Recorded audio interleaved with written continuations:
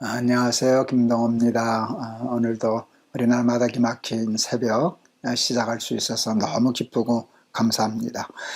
오늘도 하나님이 꼭 우리에게 필요한 말씀 주실 줄을 믿습니다. 오늘 말씀은 마태복음 21장 18절에서 22절입니다. 제가 봉독하겠습니다. 마태복음 21장 18절에서 22절.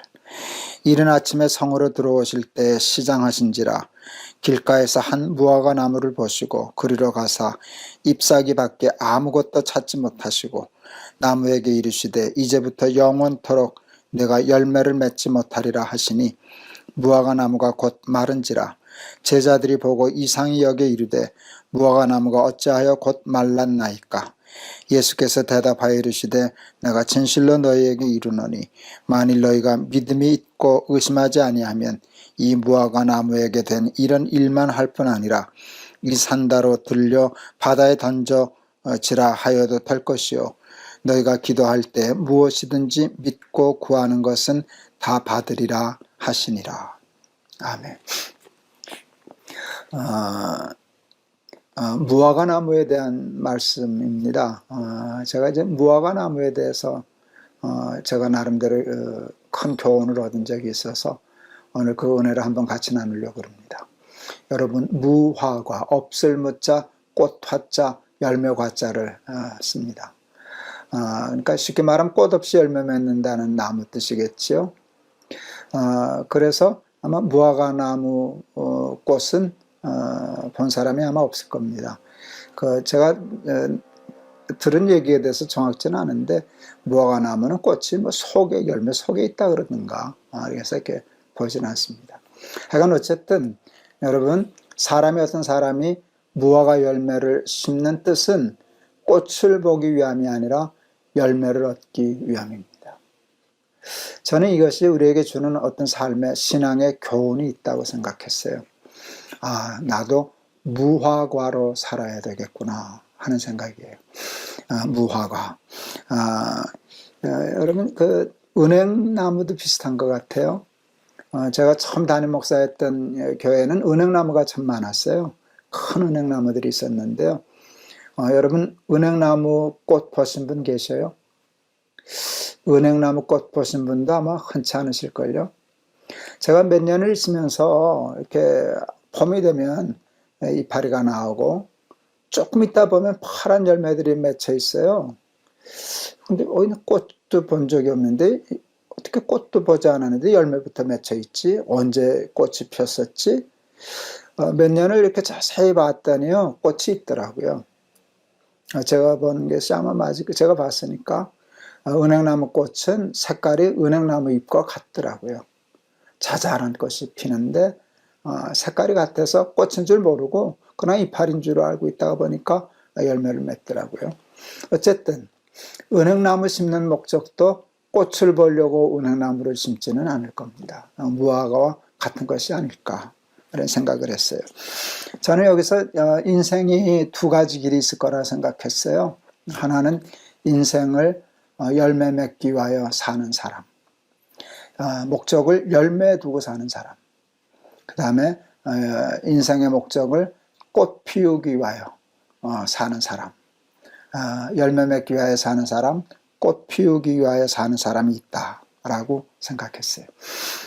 제가 전에 영락교회 부목사 할 때인 것 같습니다. 친구 목사가 이렇게 찾아왔는데 좀 점심때를 놓쳤는데요. 한 2-3시 거의 되지 않았나 싶습니다. 2시가 넘어서 가는데 나도 점심을 못 먹었고 그때 친구도 점심 못 먹었다 하기에 영락교 근처에는 일식집이 좀 있었어요. 그래서 가서 점심 먹으려고 이렇게 갔더니 점심 장사를 마치고 이렇게 정리하는 중이더라고요. 이렇게 청소하고 의자들 다 상에 올려놓고 그러고 있어서 나가려고 그랬더니 2층에 올라가시라고 2층에 방이 있는데 가서 식사하고 가시라고. 그래서 제가 친구하고 올라갔었습니다. 올라갔더니 그 복도에 한복을 곱게 차려입고 짙은 화장을 한 여자들이 꽤 많이 있더라고요. 나중에 알았지만 뭐 다 일식집이 다 그런 건 아닌데 일식집 중에 저녁에는 요정화하는 술집처럼 여자들도 있고 하는 그 접대부 여자가 있는 그런 일식집이 많은데 그 집도 아마 그랬던 것 같습니다. 그래도 하여간 뭐 점심 준다니까 방에 들어갔더니 그 방에 이렇게 큰 액자, 동양화 액자가 하나 있었어요. 빨간 무슨 꽃인지 모르겠어요. 목단인지 목단꽃인지 하여간 빨간 꽃 한 송이를 크게 그려놓고 이렇게 글씨를 썼더라고요. 꽃이 있어서 인생은 즐겁다. 그게 무슨 뜻인지 금방 알겠더라고요. 거기서 얘기하는 꽃은 지금 앞에 짙은 화장하고 저녁에 술 준비하고 있는 그런 여성들이더라고요. 그런 여성분들을 우리가 보통 그냥 화류계라고 하는 말을 쓰지 않습니까? 화류계. 그때 화자가 꽃 화자 아닙니까? 인생을 열매 맺기 위해 살지 않고 꽃 피우기 위해 살려고 한다라고 하면 그것은 화류계 인생이다 하는 생각을 했습니다. 우리 마태복음 하면서 예수님의 그 세 가지 시험 우리가 다루었었는데 제가 두 번째 시험을 바로 이것으로 풀었죠. 성전에서 뛰어내려라. 그렇게 하면 천사들이 와서 발을 붙들 것이다. 천사들이 와서 발을 붙드는 것을 보면 너는 영광을 얻을 거야. 많은 사람들이 너를 스타처럼 떠받들 거야. 아마 그런 유혹이 아니었을까 이렇게 싶습니다. 근데 예수님은 내가 이 세상에 온 것은 영광을 받으려 함이 아니라 십자가를 주고 많은 사람의 대성물로 죽기 위함이다 하고 그 헛된 영광, 쓸데없는 영광에 유혹받지 않으시고 십자가의 길을 걸어가지 않으셨습니까? 헛된 영광에 눈 어두워 펄쩍펄쩍 성전에서 뛰어내리는 인생은 뭐라 그래도 그건 화류계 인생입니다.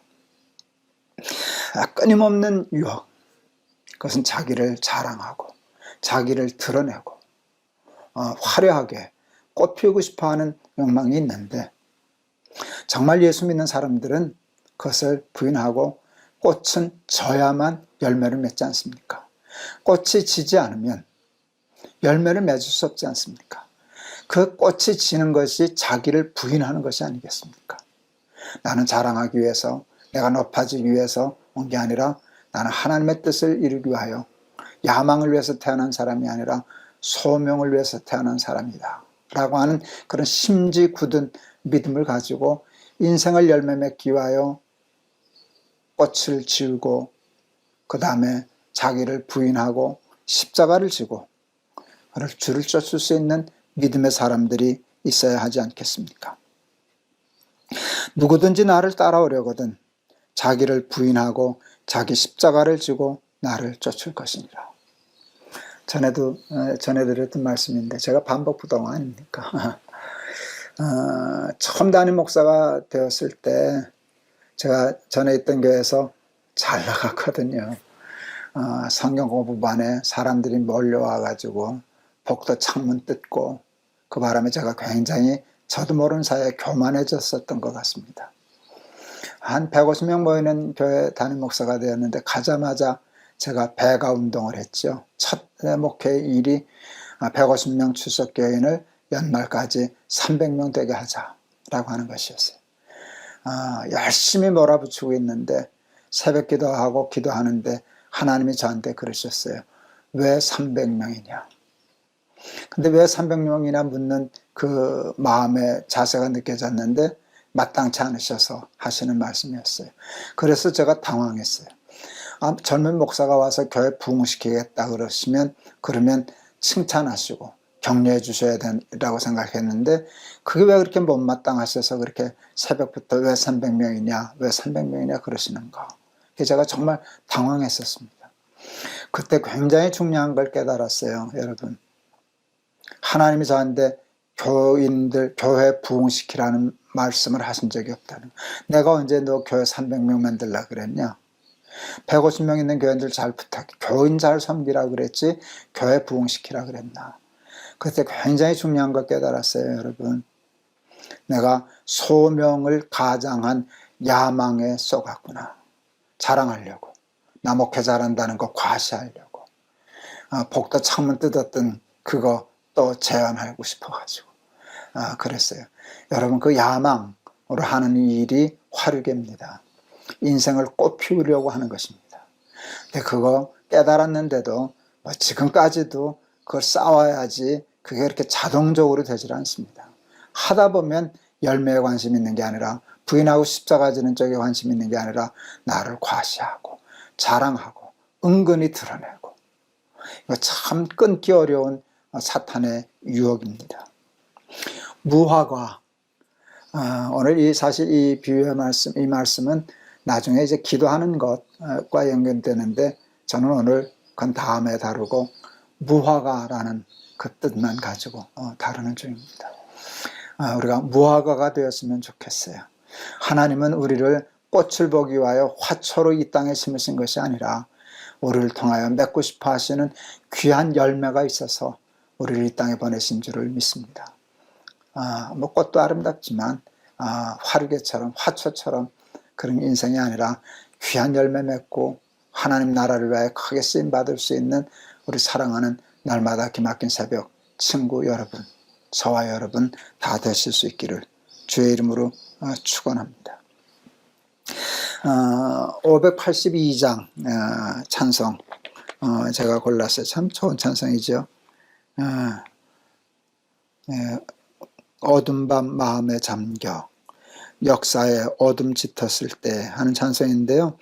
2절 가사가 오늘 말씀하고 이렇게 맞아요. 뜻이 옥토에 뿌리는 깊어 하늘로 줄기 가지 솟을 때 가지 잎 억만을 해요 그 열매 만민이 산다. 우리가 그 전에 겸손에 대해서 얘기하면서 겸손은 실력을 낮추는 것이 아니라 자세를 낮추는 거라 그랬지 않습니까? 근데 여기 이 가사에도 그런 뜻이 있어요. 옥토의 뿌리를 깊게 내려서 가지와 잎이 하늘로 치솟고 가지 잎 억만을 해요. 이게 실력이지 않습니까? 억만을 해요. 그 다음에 사람들은 그것을 자랑하고 과시하고 그렇게 쓰는데 그 열매 맺으면 만민이 산다. 이게 겸손이고 이게 복의 근원이 되는 삶 아니겠습니까? 그게 참 좋은, 참 가사 좋은 찬송입니다. 우리 그런 마음에서 무화과 생각하시면서 제가 이 찬송 같이 하겠습니다. 어둠 밤 마음에 잠겨 역사에 어둠 짙었을 때에 계명성 동쪽에 밝아 이 나라 여명이 왔다. 고요한 아침의 나라 빛 속에 새롭다. 이 입이 삶 속에 얽혀 이 땅에 생명탐 놓아간다. 옥토에 뿌리는 깊어 하늘로 줄기 가지 솟을 때 가지 잎억만을 해요 그 열매 만민이 산다. 고요한 아침의 나라 일꾼을 부른다. 하늘 씨앗이 되어 역사의 생명을 이어가리. 맑은 샘 줄기 용솟아 거칠은 땅에 흘러 적실 때 기름진 푸른 벌판이 눈앞에 활짝 트인다. 고요한 아침의 나라 새 하늘 새 땅아 길이 꺼지지 않는 인류의 횃불되어 타거라. 아멘. 기도하시겠습니다. 하나님은 우리를 이 땅에 무화과로 심으셨습니다. 꽃을 보기 위하여 심으심이 아니라 열매를 구하기 위하여 심으셨습니다. 근데 우리는 꽃처럼 화려하게 자신을 과시하고 드러내는 쪽에만 관심이 있고, 주를 위하여, 하나님의 나라를 위하여 꽃을 지우고 떨어뜨리고 그 후에 맺는 열매에 대해서는 무심하고 관심 없는 삶 살아왔음을 주님 고백합니다. 소명을 가장한 야망에 쏘가서 하나님 핑계대며 자기를 드러내고 자랑하고 과시하려고 하는 이 쓸데없는 유혹에 빠져서 얼마나 세월을 낭비하면서 살아가고 있는지 모릅니다. 무화과가 되게 하여 주시옵소서. 열매 맺는 인생 되게 하여 주시옵소서. 옥토에 뿌리는 기포, 하늘로 가지 줄기 솟을 때 가지 잎 억만을 해요 그 열매 만민이 산다. 하나님, 이 찬송 가사대로 그렇게 살 수 있는 축복을 우리 사랑하는 날마다 기막힌 새벽 우리 친구들, 또 부족한 저에게 허락하여 주시옵소서. 예수 그리스도 이름을 받들어 기도하옵나이다. 아멘. 야망, 소명을 가장한 야망에 참 쏟기 쉽습니다. 하나님을 위하여 맺을 열매는 관심이 없고 자기 자랑하고 과시하고 드러내고 화려하게 인생을 꽃피우고 싶어서 그 유혹에 빠져서 성전에서 뛰어내리는 우리들 아닙니까? 오늘 주신 말씀 마음에 간직하고 무화과처럼 화려하지 않지만 꽃을 자랑하지 않고 묵묵히 하나님께 드릴 열매 맺는 삶 살아가는 저와 여러분 되시길 바랍니다. 여러분 감사합니다. 여러분 사랑합니다. 내일 뵙겠습니다.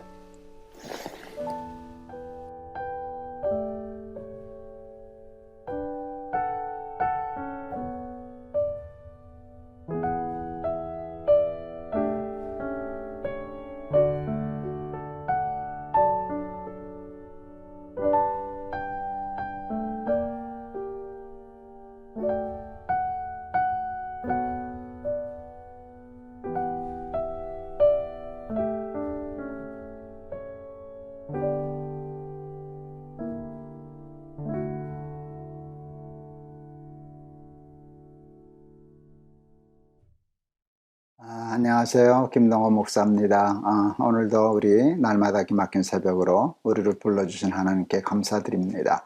하나님께서 귀한 은혜의 말씀 예비해 주시고 우리를 위하여 준비하고 계시는 줄을 믿습니다.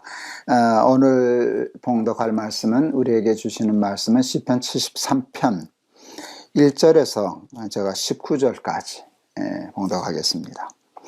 하나님이 참으로 이스라엘 중 마음이 정결한 자에게 선을 행하시나 나는 거의 넘어질 뻔하였고 나의 걸음이 미끄러질 뻔하였으니 이는 내가 악인의 형통함을 보고 오만한 자를 질투하였음이로다.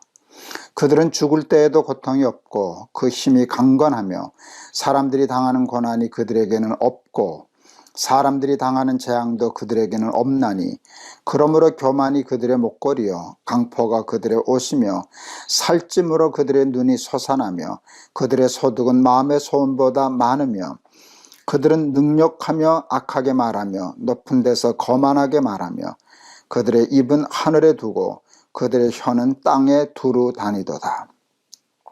그러므로 그의 백성이 이리로 돌아와서 잔에 가득한 물을 다 마시며 말하기를 하나님이 어찌 알랴 지존자에게 지식이 있으랴 하는도다. 볼지어다 이들은 악인들이라도 항상 평안하고 재물은 더욱 불어나도다. 내가 내 마음을 깨끗하게 하며 내 손을 씻어 무죄하다 한 것이 실로 헛되도다. 나는 종일 재난을 당하며 아침마다 징벌을 받았도다. 내가 만일 스스로 이르기를 내가 그들처럼 말하리라 하였더라면 나는 주의 아들들의 세대에 대하여 악행을 행하였으리이다. 내가 어쩌면 이를 알까 하여 생각한즉 그것이 내게 심한 고통이 되었더니 하나님의 성소에 들어갈 때에야 그들의 종말을 내가 깨달았나이다. 주께서 참으로 그들을 미끄러운 곳에 두시며 파멸에 던지시니 그들이 어찌하여 그리 갑자기 황폐되었는가 놀랄 정도로 그들은 전멸하였나이다. 아멘.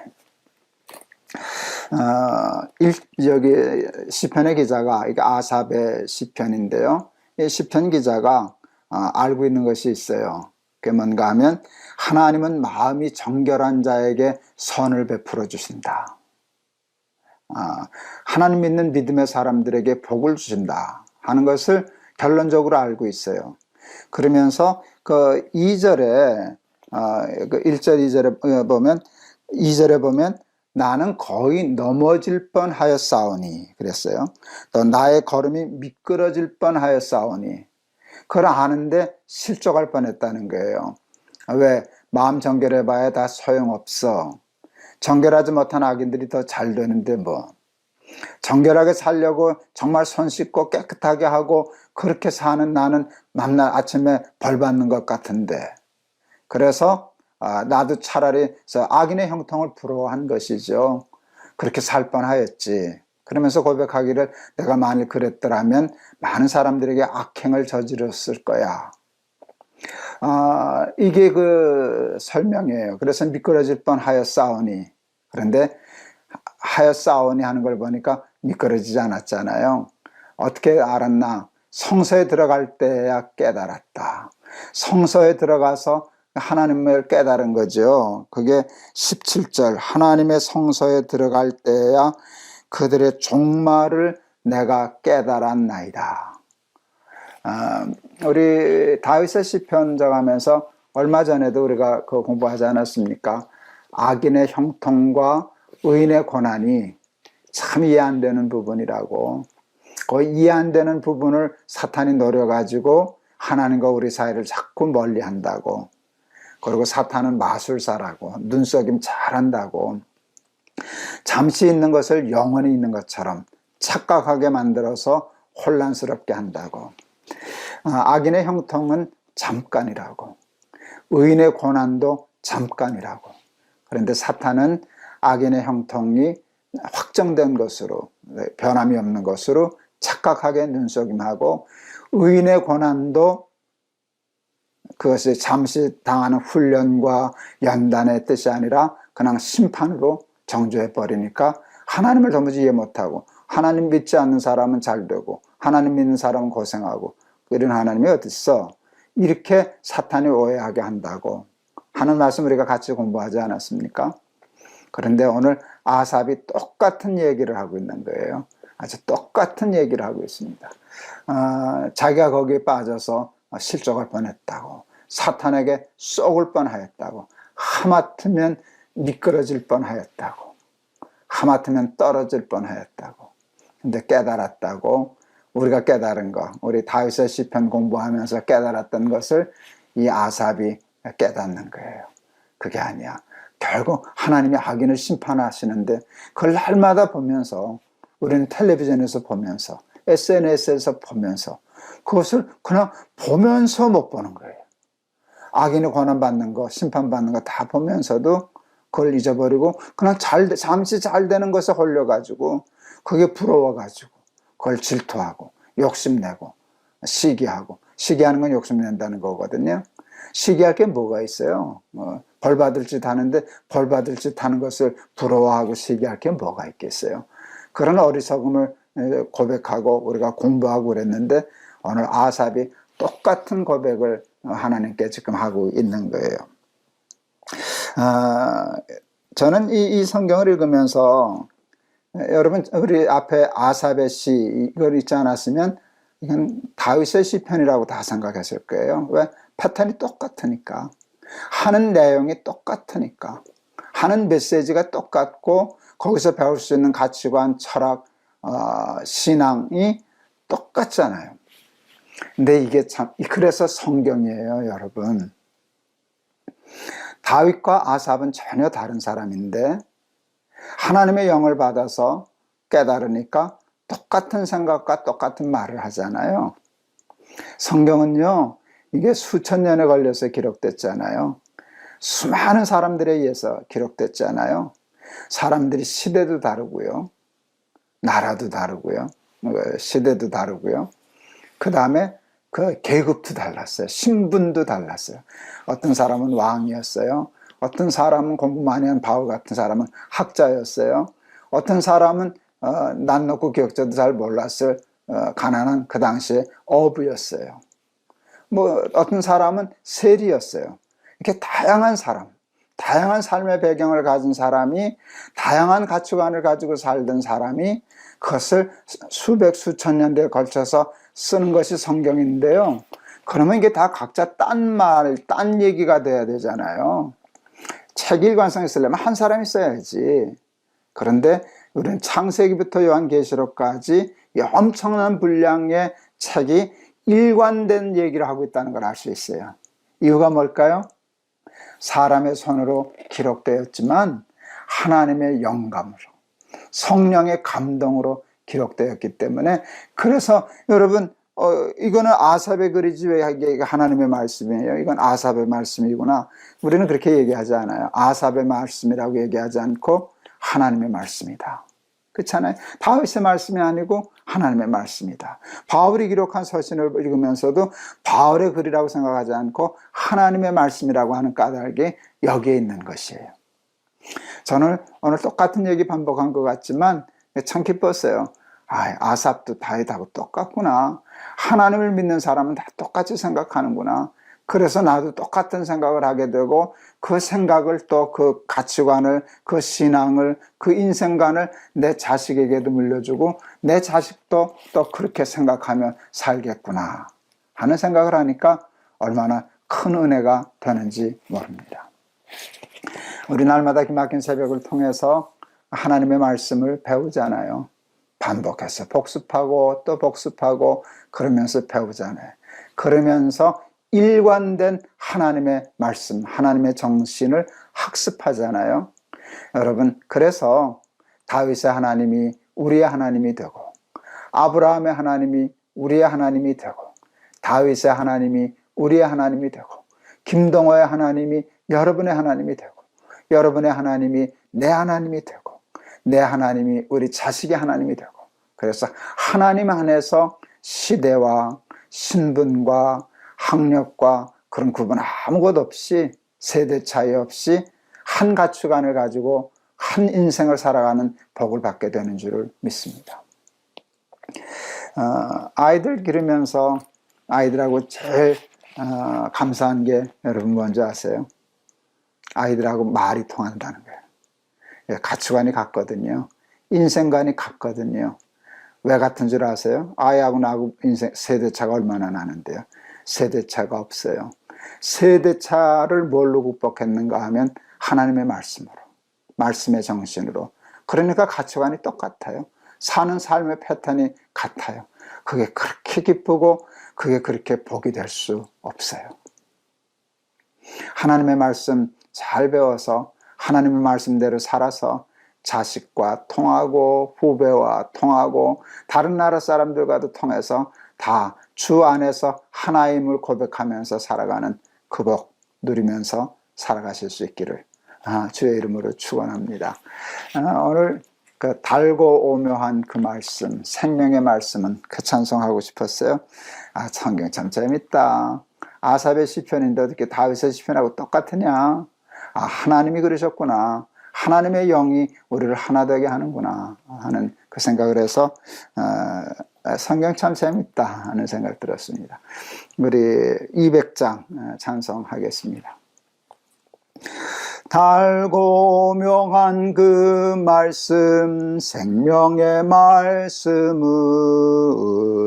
귀한 그 말씀 진실로 생명의 말씀의 나의 길과 믿음 밝히 보여주니 아름답고 귀한 말씀 생명샘이로다. 아름답고 귀한 말씀 생명샘이로다. 귀한 주님의 말씀은 내 노래 되도다. 모든 사람을 살리는 생명의 말씀을 값도 없이 받아 생명길을 가니 아름답고 귀한 말씀 생명샘이로다. 아름답고 귀한 말씀 생명샘이로다. 널리 울리어 퍼지는 생명의 말씀은 마음의 용서와 평안을 골고루 주나니 다만 예수 말씀 듣고 복을 받네. 아름답고 귀한 말씀 생명샘이로다. 아름답고 귀한 말씀 생명샘이로다.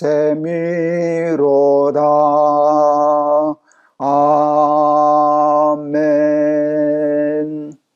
기도하시겠습니다. 하나님은 마음이 정직하고 정결한 자에게 선을 베푸시고 복을 주십니다. 그런데 사탄에게 속으면 거기서 미끄러집니다. 왜냐하면 악인이 형통하고 의인이 고난받는 일을 자주 보기 때문이고 그 일을 우리가 겪기 때문입니다.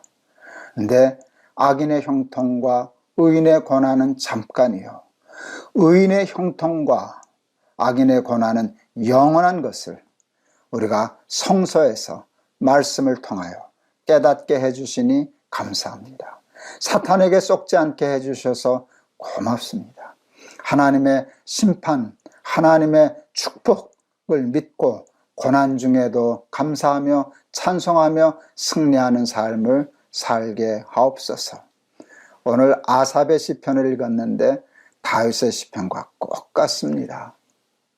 하나님의 영으로 감동된 사람은 아삽과 다윗이 같고 아들과 자식이 같고 남편과 아내가 한 마음을 갖고 이 나라 사람과 저 나라 사람이 성령으로 하나 되는 것을 기억하는데 그 복을 우리 날마다 기막힌 새벽 우리 사랑하는 친구들, 우리 가족들 다 받게 하옵소서. 예수 그리스도 이름을 받들어 기도하옵나이다. 아멘.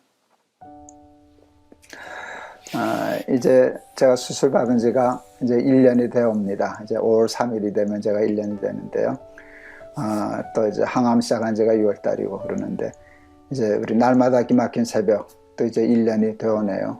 이거 시작할 때 참 힘들었는데 말씀 붙잡아야 살겠다. 찬송 부르고 시작해야 살겠다. 시작해서 했었는데 정말 지금 살아났습니다. 성경 날마다 똑같은 성경이지만 날마다 기막힌 새벽 이 말씀이 맞습니다. 앞으로 지금은 또 나아서 이렇게 건강해졌지만 뭐 또 아프지 않겠습니까? 뭐 암이 재발되지 않으면 좋겠지만 암 재발 안 된다고 안 죽습니까?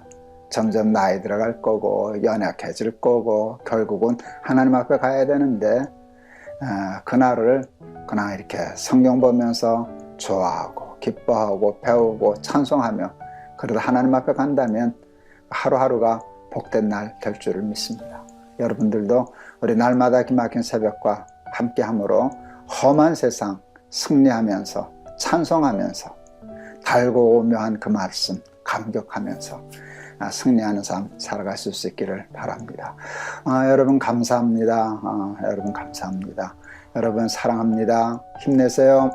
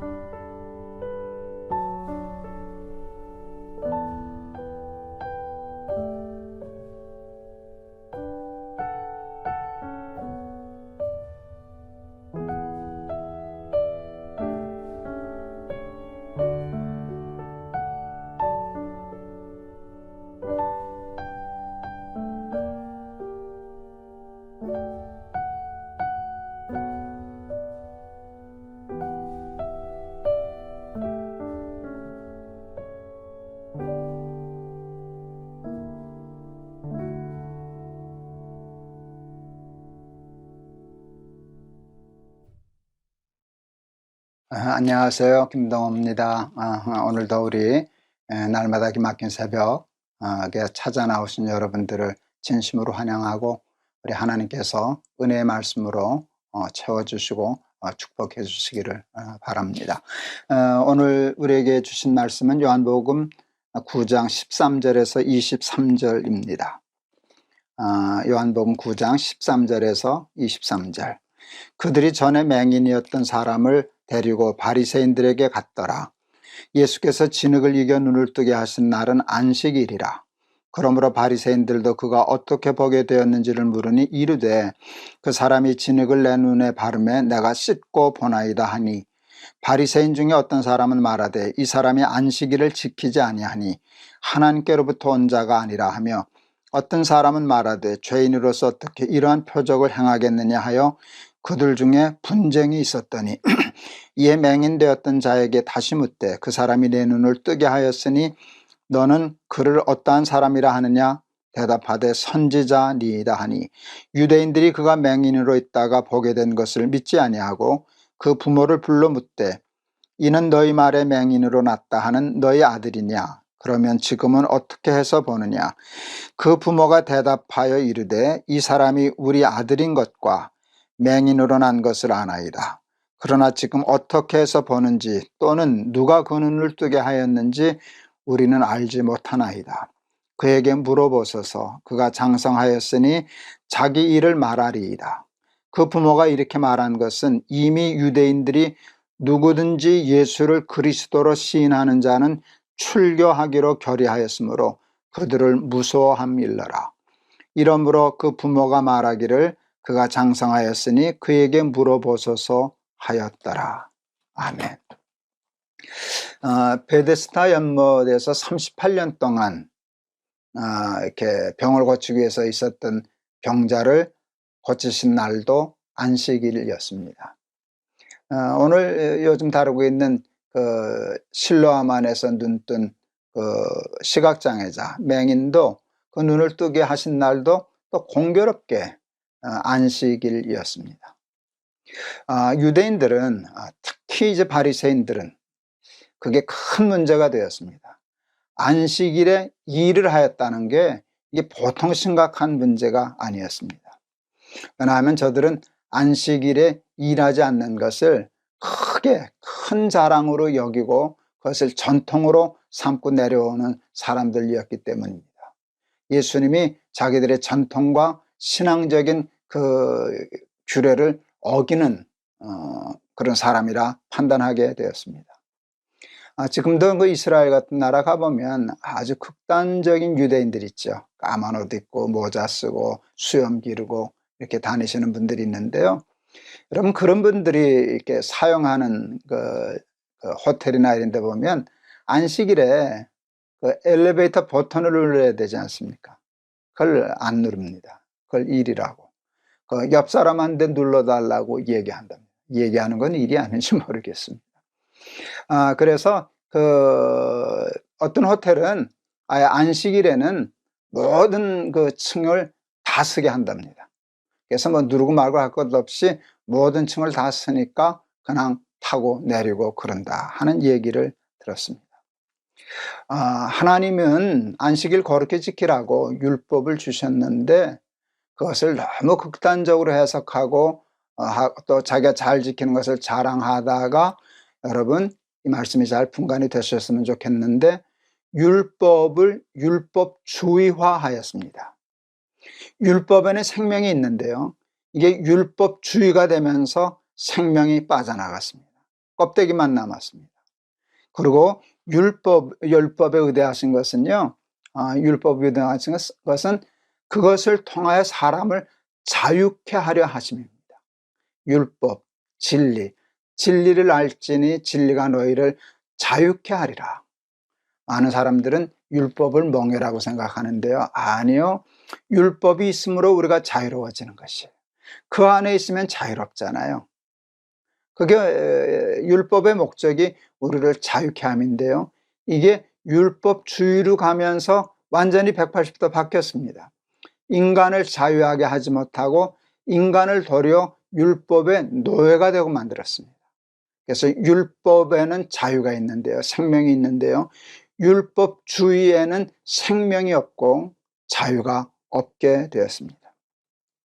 그리고 율법이라고 하는 성의 주인은 하나님이신데요, 율법주의라고 하는 성의 주인은 사람입니다.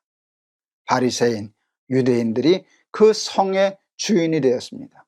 율법을 율법주의로 바꾸면서 자기가 하나님이 되었습니다. 자기가 권력자가 되었습니다. 그래서 그것을 깨트리는 사람을 적으로 인식하게 된 것입니다. 하나님은 율법주의가 본래 하나님이 율법을 준 목적하고 달라지니까 그것을 자꾸 무시하시죠. 깨려고 하시죠. 예수님은 아무렇지도 않게 와서 안식일에 병자도 고치시고 또 소경도 눈뜨게 하시고 이런 일을 하니까 유대인들은 예수님을 죽이려고 했습니다. 예수를 따르는 사람들을 출교하기로 결정했다. 그 이제 부모를 와서 신문합니다. 그럴 때 이 부모가 말을 삼갑니다. 딱 아주 지혜로운 사람이에요. 내 아들 맞다. 그리고 맹인이었다는 거 맞다. 눈 뜬 것도 맞는데 누가 왜 그렇게 하는지 나는 모른다. 우리 아들한테 물어봐라. 그런데 성경이 기록했어요. 왜 그 부모가 그렇게 얘기했나? 예수를 시인하는 사람을 출교하기로, 그리스도라고 시인하고 따르는 사람을 출교하기로 정했다는 것을 부모가 알았기 때문이라, 이렇게 얘기했습니다. 여러분, 그때 출교를 당한다라고 하는 것은요, 요즘 세상하고 요즘은 교회에서 못 오게 해도 세상에서 사는 데는 아무 지장 없지 않습니까? 그렇다고 학교를 못 갑니까? 그렇다고 직장을 못 갑니까? 그렇다고 장사를 못 합니까? 근데 그 당시에는요, 출교를 당하면 그것은 사형 선고나 같은 것이었습니다. 예수를 따르는 사람, 안식일에 병자 고친 게 뭐 대단한 일이라. 여러분, 죄라고 얘기를 했는데요, 여러분, 죄란 뭔가? 죄란 하지 말아야 할 일을 하는 것이죠. 그런데요, 죄는 또 다른 면이 있어요. 하지 말아야 할 일을 하는 것도 죄지만, 여러분, 해야 할 일을 하지 않는 것도 죄입니다. 근데 우리는 꼭 하지 말아야 할 일을 하는 것만 죄로 인식하는 그런 경향이 있어요. 그런데 그에 못지않은 죄, 그보다 어쩌면 더 무서운 죄일런지도 모르는데 해야 할 일을 하지 않는 것이 죄라는 사실을 우리는 이렇게 잘 간과할 때가 참 많습니다. 선이란 하지 말아야 할 일을 하지 않는 것입니다. 그리고 해야 할 일을 하는 것입니다. 그러니 여러분, 예수님이 안식일에 38년 된 병자를 고쳐주신 것은 죄입니까? 선입니까? 유대인들은, 바리새인들은 그것을 죄라고 해서 죽이려고 하고 결국은 죽였습니다. 그런데 죄를 지어서가 아니라, 여러분, 예수님이 하신 일은 선을 행한 것 아닙니까? 사람을 살린 일 아닙니까? 근데 유대인들은 그것을 바라보지 못했습니다. 유대교는 율법주의화 되면서 생명을 잃었습니다. 율법의 참 정신을 잃었습니다.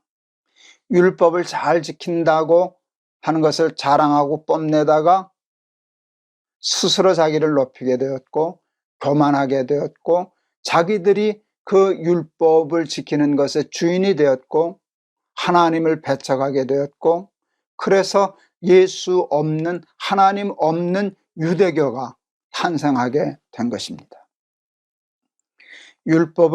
율법주의화하는 우를 범하기가 쉽습니다. 여러분, 전 날기새를 한번 생각해 보면, 남의 얘기할 것 없이 우리 얘기하면, 제 얘기하면 더 좋을 것 같습니다.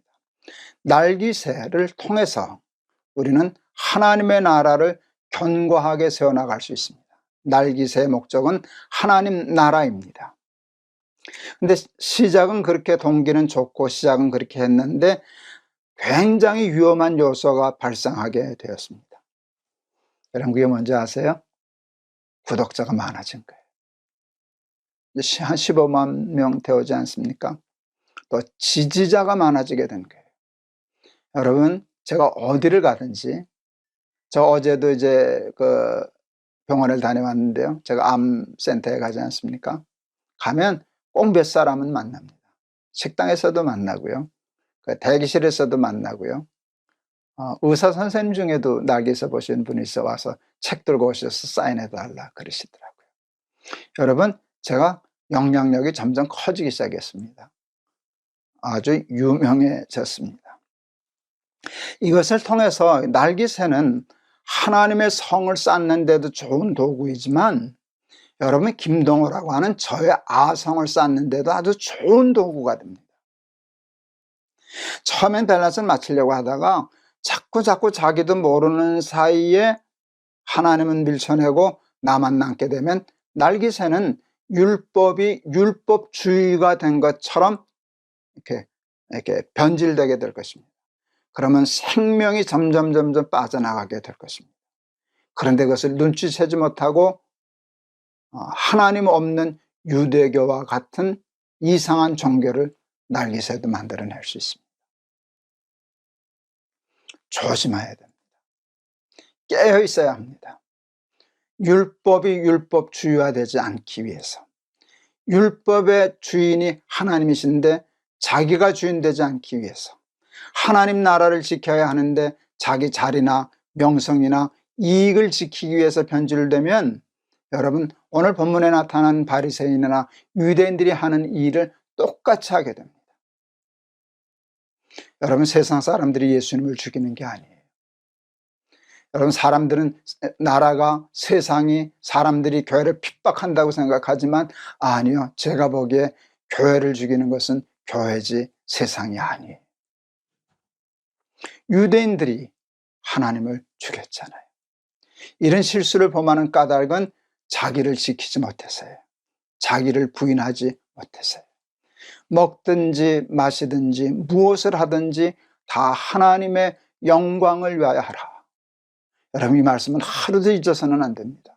무엇을 할 때마다 이게 나를 위해서 하는 일인가? 하나님을 위해서 하는 일인가? 하나님의 나라를 위하여 하는 일인가? 내 자랑과 내 영광과 내 유익을 위해서 하는 일인가를 꼼꼼히 묻고 확인하고, 그러지 않으면 우리도 모르는 사이에 유대인들처럼 하나님을 믿는다라고 하는 일은 있으면서도 속에 하나님이 없는 그런 껍데기 같은 이상한 종교주의자가 되고 말 것입니다.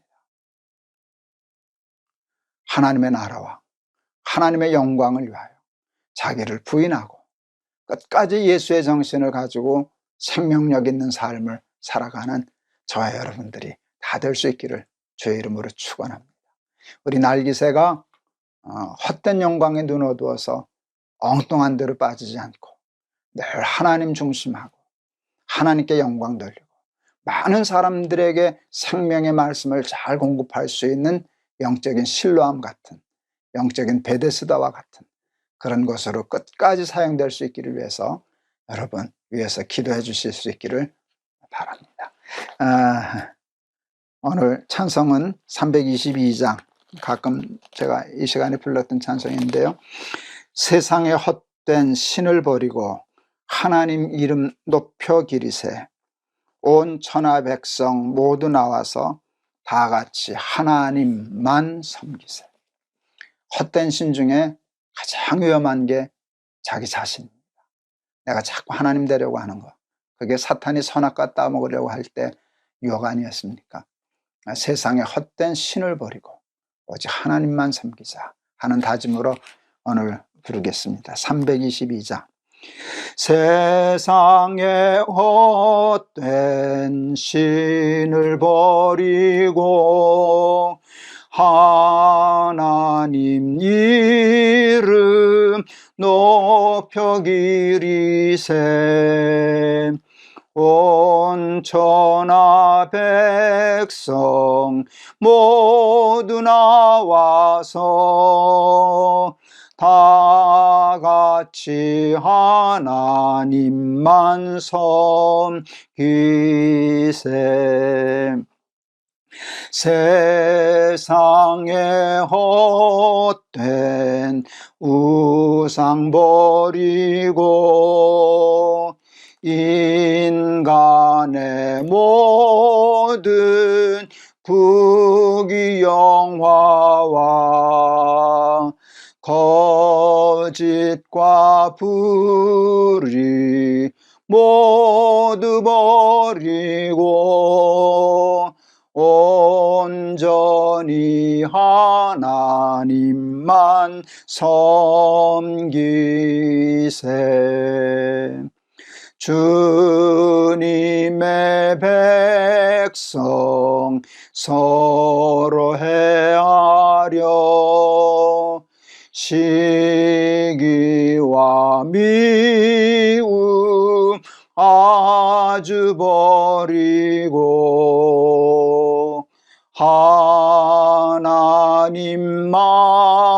하나님만을 홀로 섬기는 천국을 어서 이뤄 주소서. 아멘.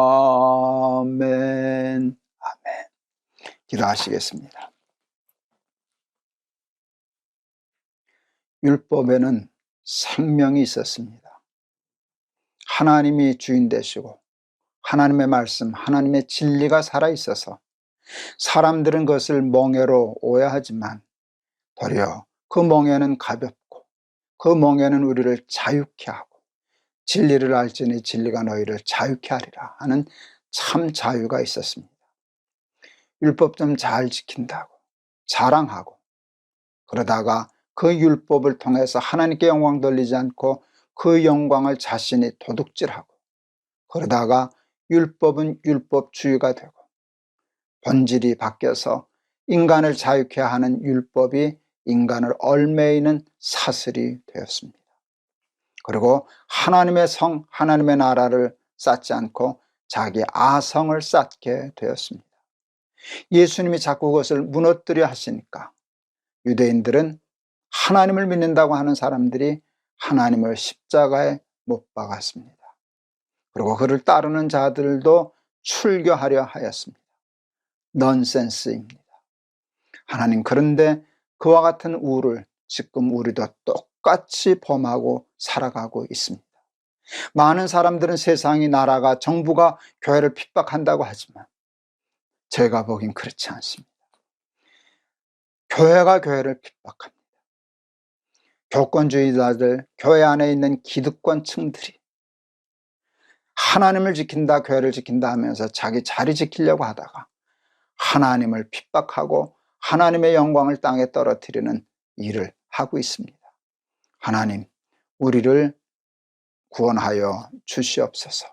우리를 도와 주시옵소서. 그런 우에 빠지지 않고 자기를 부인하고 먹든지 마시든지 무엇을 하든지 다 하나님의 영광을 위하여 살아갈 수 있는 참 신앙인이 되게 하시사 유대인과 같이 하나님을 표방하고 하나님을 십자가에 못 박는 그런 어리석은 죄에 빠지지 아니하도록 우리 날기새와 부족한 것과 우리 사랑하는 식구들을 보호하여 주시옵소서. 예수 그리스도 이름을 받들어 기도하옵나이다. 아멘. 오늘 말씀이 우리에게 좋은 교훈이 되고 공부가 되었으면 좋겠습니다. 저한테는 참 귀한 깨달음이고 귀한 교훈의 말씀이었습니다. 율법이 율법주의 되기가 참 쉽습니다. 그 안에는 생명 다 잃어버리고 껍데기만 남아서 사람과 하나님을 배척하는 그런 어리석음에 빠지기 쉽습니다.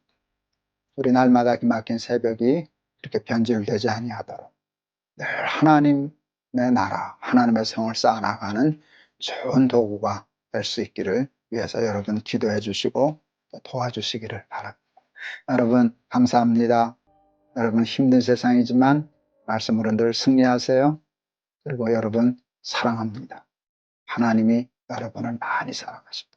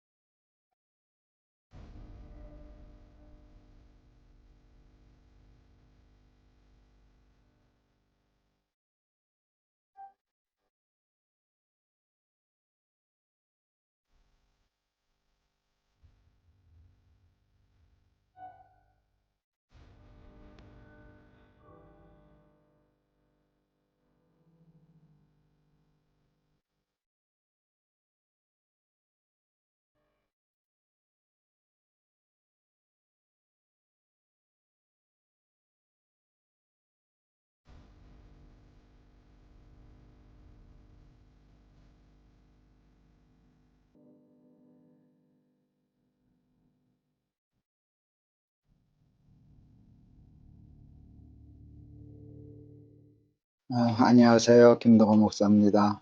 오늘도 우리 날마다 기막힌 새벽 허락해 주신 하나님께 감사를 드립니다. 오늘 저는 지금 부산에 와 있습니다. 제가 있는 지금 호텔 숙소에서 이렇게 촬영을 하는데요. 이제 저 커튼만 열면 이제 해운대 바닷가가 보이는 그런 데입니다. 근데 길가가 돼서 그러는지 차 소리도 좀 들어오고 그러는데 그냥 배경음악이라고 생각하고 여러분 들어주시기 바랍니다. 오늘 하나님이 우리에게 주신 말씀은 사도행전 10장 23절에서 35절 말씀입니다. 제가 봉독하겠습니다.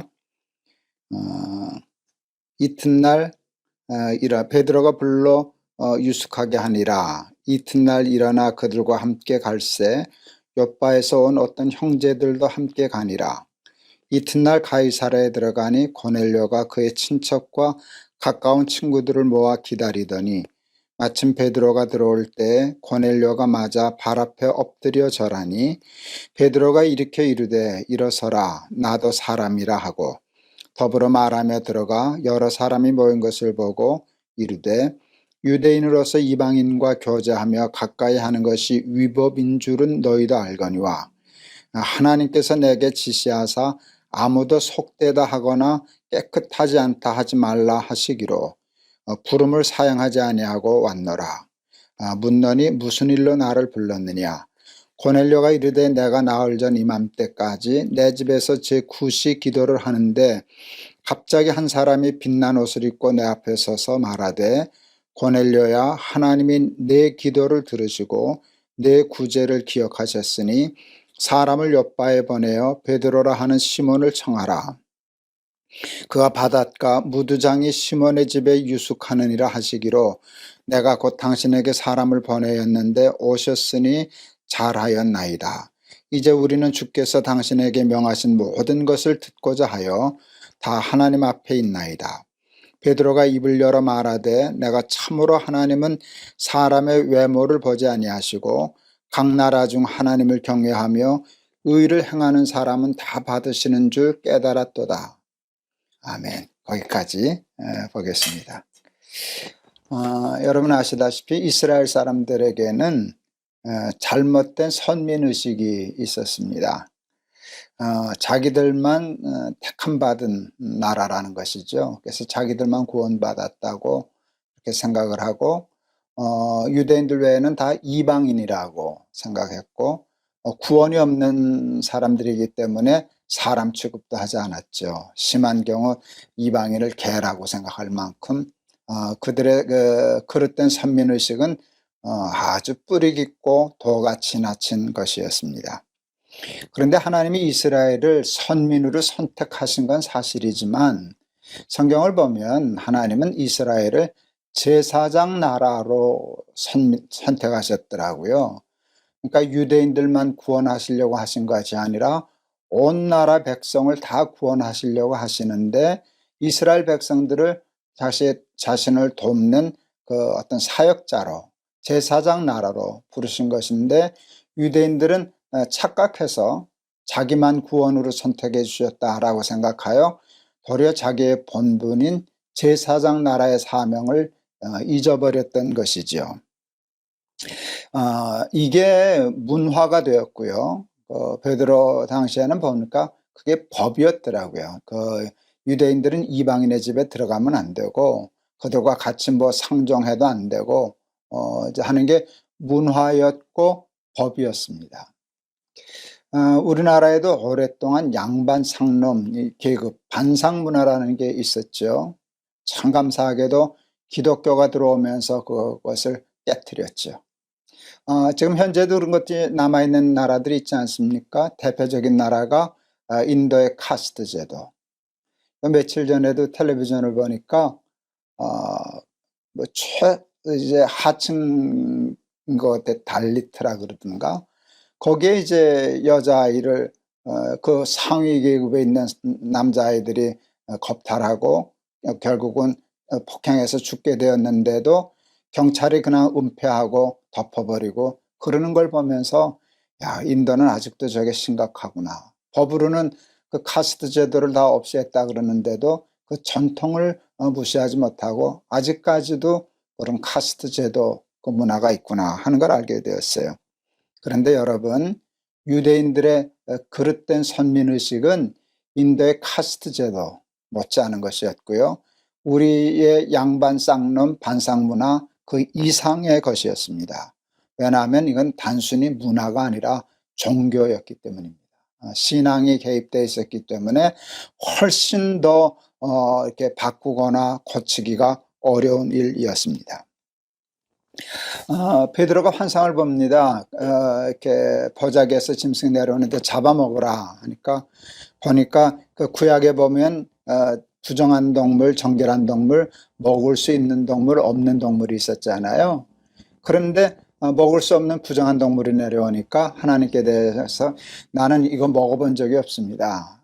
쉽게 말하면 이제껏 나는 율법을 잘 지켜왔습니다. 그때 하나님이 귀한 말씀을 주셔요. 내가 깨끗하게 한 것을 내가 부정하다 하면 안 된다. 그런 이제 환상을 보았는데 베드로가 왜 이런 환상을 주시는가를 생각할 때 그때 이제 고넬료 사건이 있는 거죠. 이방인이 고넬료의 집에 베드로를 보내기 위해서 하나님이 하신 일이고 하여간 그와 같은 역사 때문에 베드로가 이방인인 고넬료의 초청을 받아 그 집에 가는 그건 정말 파격적인 우리가 상상하기 참 어려운 당시 베드로로서는 하기 어려운 일을 이제 하게 되었습니다. 베드로 하나님께서 깨끗하게 하신 것을 내가 속되다 하지 말라. 그런데 베드로가요 하나님의 환상과 주시는 말씀 하나에 오랜 관습과 전통과 몸에 배어있는 그 율법적인 습관과 모든 것을 그냥 순식간에 떨쳐버립니다. 순식간에 떨쳐버리고 그 다음에 그 하나님의 말씀을 받아들이고 고넬료의 집에 가서 같이 예배하고 같이 음식을 먹고 나중에는 그 가정에게 세례를 베푸는 일까지 하게 되었죠. 저는 이 말씀이 참 마음에 깊이 와 닿았어요. 여러분, 기독교는요, 한국에 기독교가 들어오면서 반상 문화를 깼다는 얘기를 제가 날마다 기막힌 새벽에서 하지 않았습니까?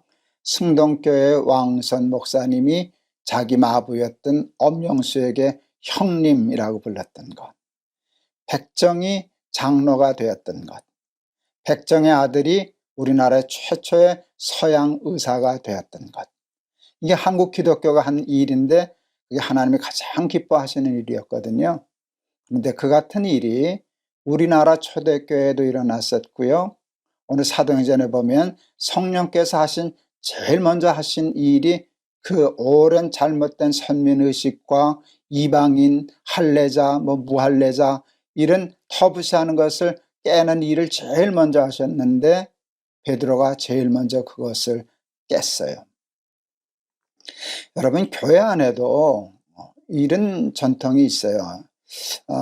사람들을 이렇게 만나면 지방색 얘기하는 분들이 참 많아요. 뜻밖의 교회 안에도. 뭐 전라도 사람이었던네, 충청도 사람이었던네, 경상도 사람이니까 이래야 되네 하고 그렇게 얘기할 때 저는 원칙이 있어요. 그런 얘기를 하는 사람에게는 가까이 하지 않습니다. 그냥 가만히 있기는 하지만 뭐 얘기해도 들을 것 같지 않으니까 제가 하지만 가까이 하고 함께 일할 사람은 아니다 하는 생각을 해요. 여러분, 호남 사람, 경상도 사람, 충청도 사람 다 좋은 사람도 있고 그렇지 못한 사람도 있는 것이지 지방이기 때문에 이렇다라고 하는 건 그릇된 편견입니다. 그건 잘못된 자기 지방만 옳다라고 하는 그릇된 우월주의, 그것도 일종의 선민사상이라고 부를 수 있지 않을까요? 예수 믿는 사람들에게는 여러분 무엇보다도 그게 없어야 됩니다. 여러분 혹시라도 여러분 그런 생각이 있다면 오늘 하나님이 주시는 말씀으로 받으시고 베드로가 그와 같은 생각을 바꾸었던 것처럼 오늘 이 자리에서 그런 생각과 마음을 벗어버리고 하나님 안에서는 다 똑같은 형제다. 저는 오늘 34절과 35절 베드로가 깨달은 말씀이 참 좋습니다. 하나님은 사람의 외모를 보지 아니하시고 각 나라 사람 중 유대인만이 아니라 자기만 아니라 자기 고을만 아니라 각 나라 사람 중 하나님을 경외하며 의를 행하는 사람은 다 받으시는 줄 깨달았도다. 귀한 깨달음입니다. 이 베드로의 깨달음이 우리들에게도 있어서 사람을 구별하거나 차별하지 아니하고 편가르지 아니하고 모든 사람에게 똑같이 하나님의 공평하시다는 사실을 인지하고 그렇게 사람을 대하는 저와 여러분들이 다 될 수 있기를 바랍니다. 저희 손녀딸들이 미국에서 초등학교 다니다가 왔는데요. 미국에서 왕따 당하고 아이들에게 한국 아이라고 큰아이가 초등학교 4학년 때 이렇게 왔을 때 한국에서 또 왕따 당하고 애들도 아이들을 왕따 시키더라고요. 여러분 그게 참 힘든 일이거든요. 다행히 우리 아이들이 그걸 잘 이겨내서 친구도 사귀고 나중에 뭐 반장도 하고 부회장도 하고 이제 그렇게 돼서 잘 극복을 했지만 여러분 자녀들에게 아이들 잘 몰라서 그러는 거니까 이걸 가르쳐야 돼요. 왕따 시키는 거, 사람을 따돌리는 거, 사람을 함부로 무시하는 거, 멸시하는 것은 예수 믿는 사람으로서 가장 하지 말아야 할 일이라는 것. 그건 하나님이 가장 원치 않으시는 일이라는 것. 하나님이 기뻐하지 않으시라는 것. 누가 왕따라고 하면 막아야 되고 너희들은 피해가 있고 어려움이 있어도 그 왕따 당하는 아이들의 편이 되어서 도와주고 친구가 되어 주어라 하는 것을 가르칠 수 있는 그런 부모들이 다 되실 수 있기를 바랍니다. 그래서 저는 이런 말씀을 읽을 때 참 마음이 기뻐요. 유대의 그 전통, 엄청난 정통이 베드로에게 임하신 하나님의 환상과 말씀 하나 때문에 바뀌는 거. 이제 내일도 또 이 문제를 다룰 텐데요. 우리나라에서도 누구도 바꾸지 못했던, 어느 나라도 바꾸지 못했던 반상 문화를 기독교가 들어오면서 점진적으로 바꾼 게 아니라 윤동주 시인의 표현대로 하면 매를 본 꿩이 도망하듯이 기독교가 이렇게 빛을 탁 발하니까 순식간에 변하는 그런 역사가 있었는데 우리 마음속에 양반, 쌍놈, 경상도, 충청도, 전라도 뭐 이렇게 왕따 이런 의식이 전혀 없는 하나님 앞에 다 한 형제라는 것. 각 나라 사람 중 하나님을 경외하는 자에게 하나님 똑같이 역사하시고 축복하신다는 사실, 이 기본을 절대로 잃지 않는 저와 여러분 되실 수 있기를 바랍니다. 오늘 찬송가 475장 인류는 하나 되게 지음받은 한 가족, 우리는 그 속에서 협조하며 일하는 형제와 자매로다. 형제와 자매로다. 오늘 주신 말씀과 딱 가사가 맞는 것 같습니다. 이게 호텔이 돼서 조금 소리 조심해서 불러봐야 될 것 같습니다. 인류는 하나 되게 지음받은 한 가족, 우리는 그 속에서 협조하며 일하는 형제와 자매로다. 형제와 자매로다.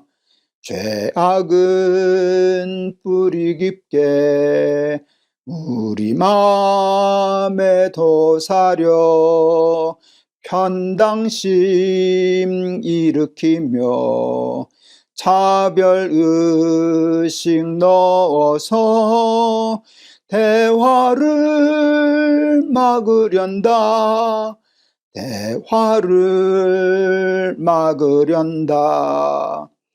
주님은 십자가로 화해하는 본보여 불신의 이 땅 위에 믿음 사랑 되찾는 새 세계 명하신다. 새 세계 명하신다. 영광도 부끄럼도 함께 받는 우리니 믿음과 소망으로 튼튼하게 뭉쳐서 이 어둠 뚫고 가자. 이 어둠 뚫고 가자. 아멘. 유대인들의 그릇된 선민의식은 역사가 깊습니다. 그것은 전통이고 문화였고 신앙이었고 저들의 법이었습니다. 그래서 유대인이 이방인을 상종하는 것, 저들의 집에 가는 것, 저들과 함께 어울리는 일을 하는 일이 거의 불가능할 만큼 굳어진 사람들이었는데 베드로가 그것을 깼습니다. 하나님의 환상과 하나님의 말씀에 오랜 역사와 전통과 문화와 습관과 법을 깨뜨려버리고 하나님께 순종하여 이방인을 받아들이는 그런 큰 역사를 이루었습니다. 하나님, 우리에게도 그와 같은 은혜를 주시옵소서. 하나님이 말씀하시면 우리의 관습, 우리의 습관, 우리의 버릇, 우리의 전통, 우리의 문화까지라도 바꾸고 순종할 수 있는 능력을 허락하여 주시고, 특별히 사람 차별하고 편가르고 편당심 가지고 살지 아니하도록 우리를 지켜주시고 소외당하고 무시당하는 사람들의 편이 되어서 하나님을 기쁘시게 하는 우리 날마다 기막힌 새벽 가족들, 식구들 다 되게 하옵소서. 예수 그리스도 이름을 받들어 기도하옵나이다. 아멘. 전통을 바꾼다는 건 참 어려운 일입니다. 문화가 바뀐다는 것, 법을 바꾼다는 것, 그건 보통 용기가 있어서는 안 되는데 베드로는 하나님의 음성을 듣자 그걸 다 엎어버리고 바꿉니다. 그래서 이제 초대교회가 유대교회에서 기독교로 바뀌는 전기를 맞이하게 되는 것이죠. 우리들에게도 편당심이 있더라고요. 자기중심적인 생각에서 그런 거예요. 그래서 자기만 우월하고 남은 좀 못나고 나쁘고 악하고 이런 생각이 있는데 그런 편당심, 또 사람을 따돌리고 멸시하고 무시하고 깔보는 그런 본능에 사로잡히지 않고 각 나라 사람 중 하나님을 경외하는 모든 사람에게 하나님이 똑같이 축복하시고 대하신다 하는 정신을 회사에서, 가정에서, 동네에서, 교회에서 실행하고 실천하면서 사는 저와 여러분 되시기를 바랍니다. 여러분 감사합니다. 여러분 사랑합니다.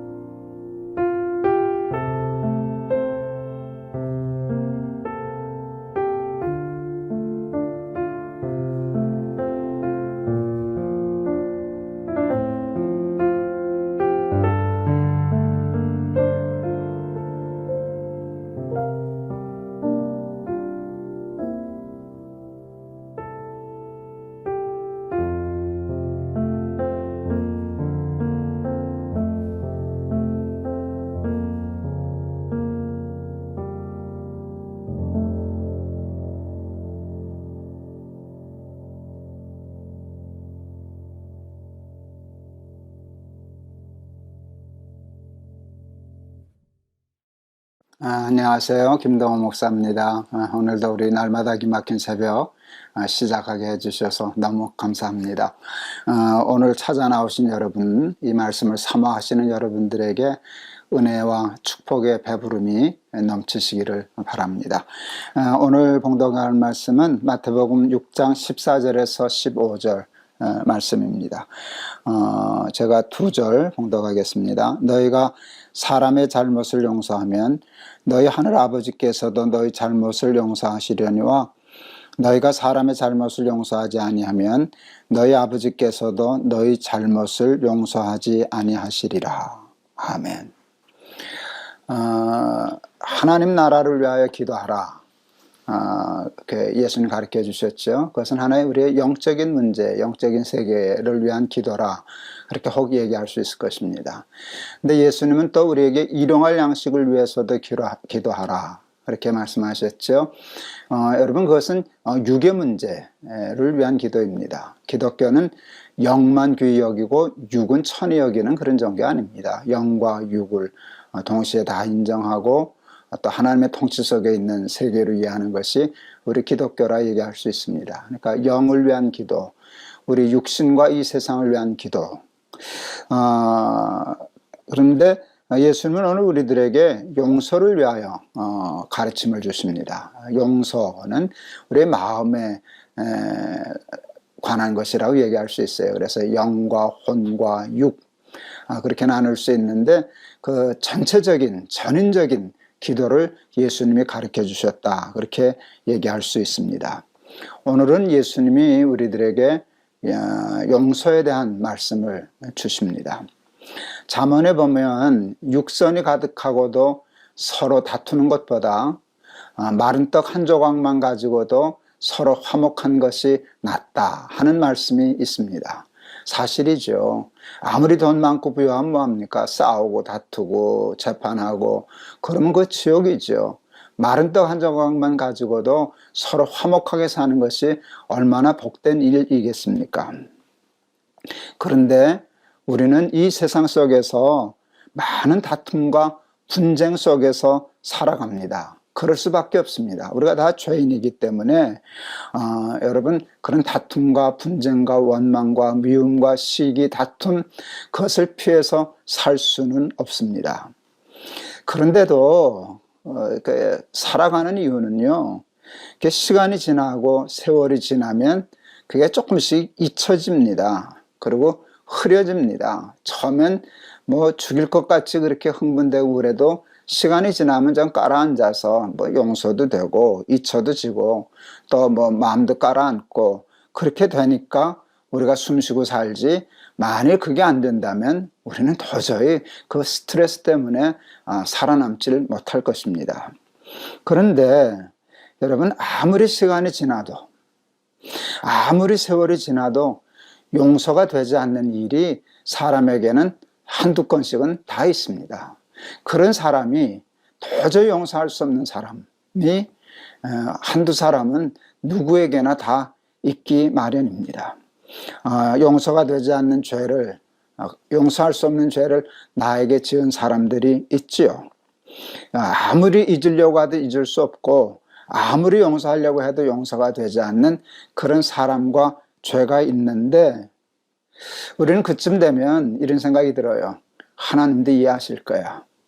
이게 얼마나 악한 일이고 나를 억울하게 한 일인지 하나님이 아시니까 내가 그를 용서 못하고 잊지 못하는 것을 하나님도 이해하실 거야. 그리고 하나님은 내 편이실 거야. 그런 생각을 주로 합니다. 그리고 하나님도 걔 죄는, 그 사람 죄는 용서 안 해도 돼. 그걸 어떻게 용서해 주냐. 그리고 내 역성을 들어주실 것이라는 생각을 되게 합니다. 그런데 오늘 성경에 보니까 하나님은 매정하게 말씀하십니다. 그것을 용서하라고. 그 사람을 용서해 주라고. 근데 더 섭섭한 말씀을 하십니다. 내가 그 사람의 죄를 용서하지 않으면 나도 내 죄를 용서할 수 없어. 이건 거의 협박입니다. 그러면 참 섭섭하죠. 마음이 참 섭섭하죠. 너희가 사람의 잘못을 용서하면 너희 하늘 아버지께서도 너희 잘못을 용서하시려니와 너희가 사람의 잘못을 용서하지 아니하면 너희 아버지께서도 너희 잘못을 용서하지 아니하시리라. 섭섭하시죠? 좀 당황스러우시죠? 하나님은 억울함을 당한 내 편을 들어주지 않고 똑같이 취급하시는 것 같으니까 섭섭하고 좀 억울한 마음이 없지 않아 있습니다. 그러나 여러분, 하나님이 그렇게까지 그를 용서하라 말씀하시는 까닭은 그 사람 때문이기도 하지만 우리를 사랑하셔서 우리를 보호해 주시려고 그 말씀을 하시는 것입니다. 용서 못할 만한 죄지만 용서를 못하기 때문에 그 사람이 벌도 받지만 너도 그 고통을 당하고 살지 않냐. 용서하고 풀어라. 심판은 내가 할 것 아니냐 하고 우리를 위하여, 사실은 섭섭한 게 아닙니다. 우리를 살리시려고, 우리를 보호하시려고 우리에게 용서를 말씀하시는 것입니다. 그리고 그게 우리의 힘과 우리의 능력으로 되는 일이 아니니 하나님께 기도하라고 그렇게 말씀하시는 것입니다. 하나님이 주시는 힘과 하나님이 주시는 능력으로 용서할 수 없는 죄를 용서하고 우리의 마음과 삶에 깊이 박혀있는 독화살을 뽑아버리고 자유하라 말씀하는 것입니다. 제가 예화를 자꾸 반복하니까 여러분 이해하시리라 생각합니다. 제가 이 용서할 수 없는 죄를 용서하는 것에 대해서 작은 간증이 있습니다. 전에 심호하던 교회에서 장로님하고 좀 심히 다툰 일이 있었습니다. 근데 그 다툼이 좀 심해서 마음에 서로 깊은 상처를 주고받았습니다. 토요일날 그 일이 있었는데요. 저는 주일날 그때 고등부 아이들에게 설교를 매주일 해야 되는 때였습니다. 그런데 그 마음의 상처 때문에 하도 화가 나고 속상하고 분이 차서 성경이 눈에 들어오지도 않고 설교가 가닥도 잡히지 않았습니다. 이제 몇 시간 있으면 설교를 시작해야 되는 시간이 되었는데 아침이 밝아오는 때까지 설교가 가닥도 잡히지 않아서 피가 마르는 고통이 있었습니다. 조금 너무 피곤하고 힘들어서 잠깐 이렇게 자리에 누워서, 잠은 물론 자지 못하고요, 잠깐 쉬는데 뜬금없이 제가 참 좋아하는, 제가 참 은혜 많이 받았던 찬송이 마음에서 떠올랐습니다. 나의 갈 길 다 가도록 예수 인도하시니, 어려운 일 당한 때도 족한 은혜 주시네, 나의 앞에 반석에서 샘물 나게 하시네. 근데 늘 좋아하던 찬송이기도 했지만 그날따라 그 생각으로 부르는 찬송이 그렇게 마음에 와닿습니다. 어려운 일 당한 때도 족한 은혜 주시네. 전에도 이런 어려운 일들이 있었는데 그 은혜를 주셔서 또 풀어주셨었지. 그걸 기억하니까 이번 문제도 하나님이 풀어주실 거야 하는 믿음이 생겼습니다. 나의 앞에 반석에서 샘물 나게 하시네. 정말 반석과 같이 정말 굳은 상황이었는데 거기서 은혜의 샘물을 주실 거야 하는데, 하여간 은혜가 돼서 그 찬송이 고장난 레코드처럼 계속 반복되었습니다. 그때 은혜가 발목에 차고 무릎에 차고 허리에 차는 그런 느낌을 받았습니다. 에스겔 성전에서 물이 흘러나와 발목에 차고 무릎에 차고 허리에 차고 그 물이 흘러가는 곳마다 모든 죽은 것들이 소성케 되었다라고 하는 에스겔의 말씀, 그 환상을 보는 것과 같았습니다. 은혜가 이렇게 가슴쯤 찼다 싶었을 때 이해가 되기 시작했어요. 그 장로님도 교회에서 그랬지 하고 마음이 풀려지기 시작했어요. 은혜가 꼭대기에 찼을 때, 마음으로 그랬을 때 그를 사랑하고 싶은 마음이 생겼어요. 그래서 금방 다 풀려서 아슬아슬하게 시간 늦지 않게 설교 준비 잘하고 우리 고등부 설교 그날 잘했습니다. 예배 마치고 제가 온 교회를 쫓아다니면서 그 장로님을 찾았습니다. 그러고 가서 아무 소리 안 하고 꽉 끌어안았습니다. 장로님이 조금 당황하셨지만 제 진심을 아시고 장로님도 저를 꽉 안아주셨습니다. 그때 장로님이 원수는 아니었죠. 당연히 그 정도 가지고 무슨 원수입니까? 그런데 그때 기분에 이 은혜가 넘친다면, 이런 은혜가 있다면 원수까지도 용서하고 사랑할 수 있겠구나 하는 것을 느낄 수 있었습니다. 여러분, 용서는 하나님의 은혜로 하는 겁니다.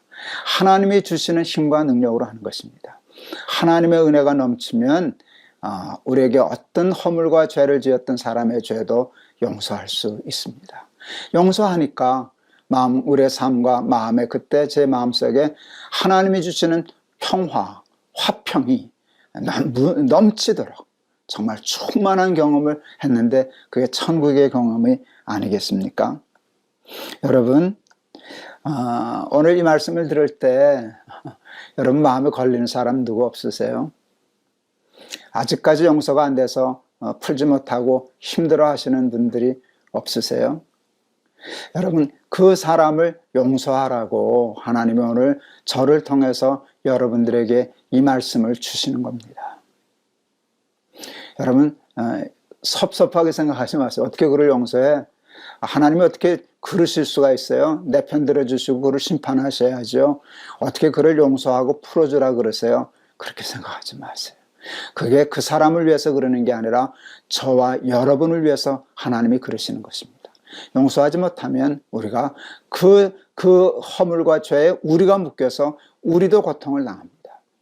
어떻게 용서할 수 있느냐 하는데요, 그를 용서하려고 힘쓰지 말고 은혜 받으려고 힘쓰면은요, 은혜가 넘치면은요, 은혜가 꼭대기에 차면은요, 그보다 더한 사람의 죄도 용서할 수 있는 힘과 능력을 저도 받았고 여러분도 받으시리라 믿습니다. 그런 은혜의 체험, 그런 기적의 체험을 하면서 승리하며 살아가는 오늘 하루, 또 저와 여러분 다 되실 수 있기를 주의 이름으로 축원합니다.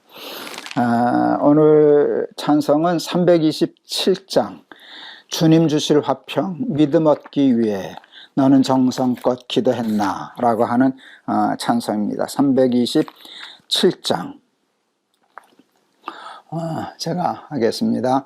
주님 주실 화평 믿음 얻기 위해 너는 정성껏 기도했나. 주의 제단 앞에 모두 바치기 전 복을 받을 줄 생각 마라. 주의 제단에 산제사 드린 후에 주 내 맘을 주장하니 주의 뜻을 따라 그와 동행하면 영생 복락을 누리겠네. 주의 밝은 빛에 항상 활동하며 선한 사업을 힘쓰겠나. 자유 얻으려면 주의 뜻을 따라 너의 모든 것 희생하라.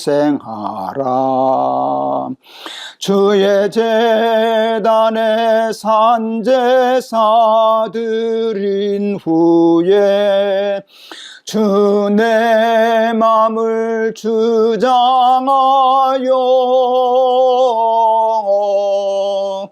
주의 뜻을 따라 그와 동행하면 영생 복락을 누리겠네. 주의 제단 앞에 모두 바친 후에 주와 온전히 사귀겠네. 주님 주신 기쁨 또한 그의 사랑 어찌 말로 다 형용하랴. 주의 제단에 산제사 드린 후에 주 내 맘을 주장하여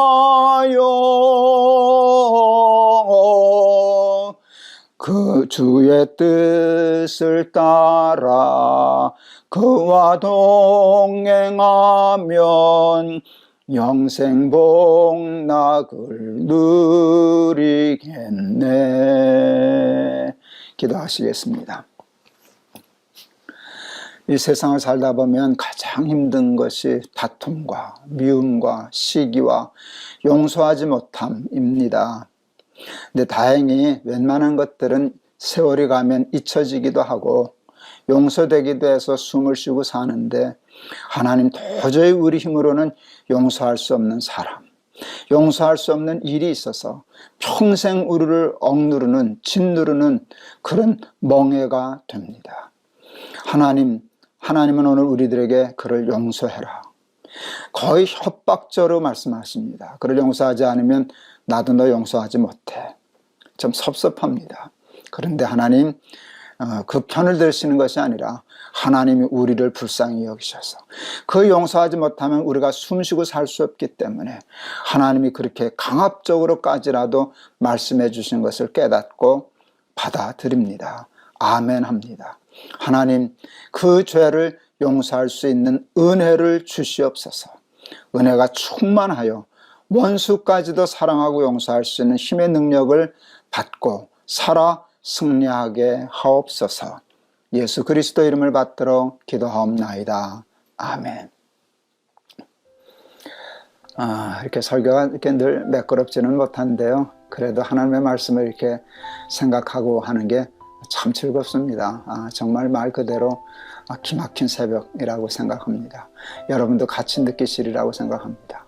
하나님이 부족한 것을 통해서 여러분에게 어제 얘기하시는 거 아니고요, 내일 얘기하는 거 아니라 꼭 오늘 나에게 필요한 말씀들을 주신다고 저는 믿습니다.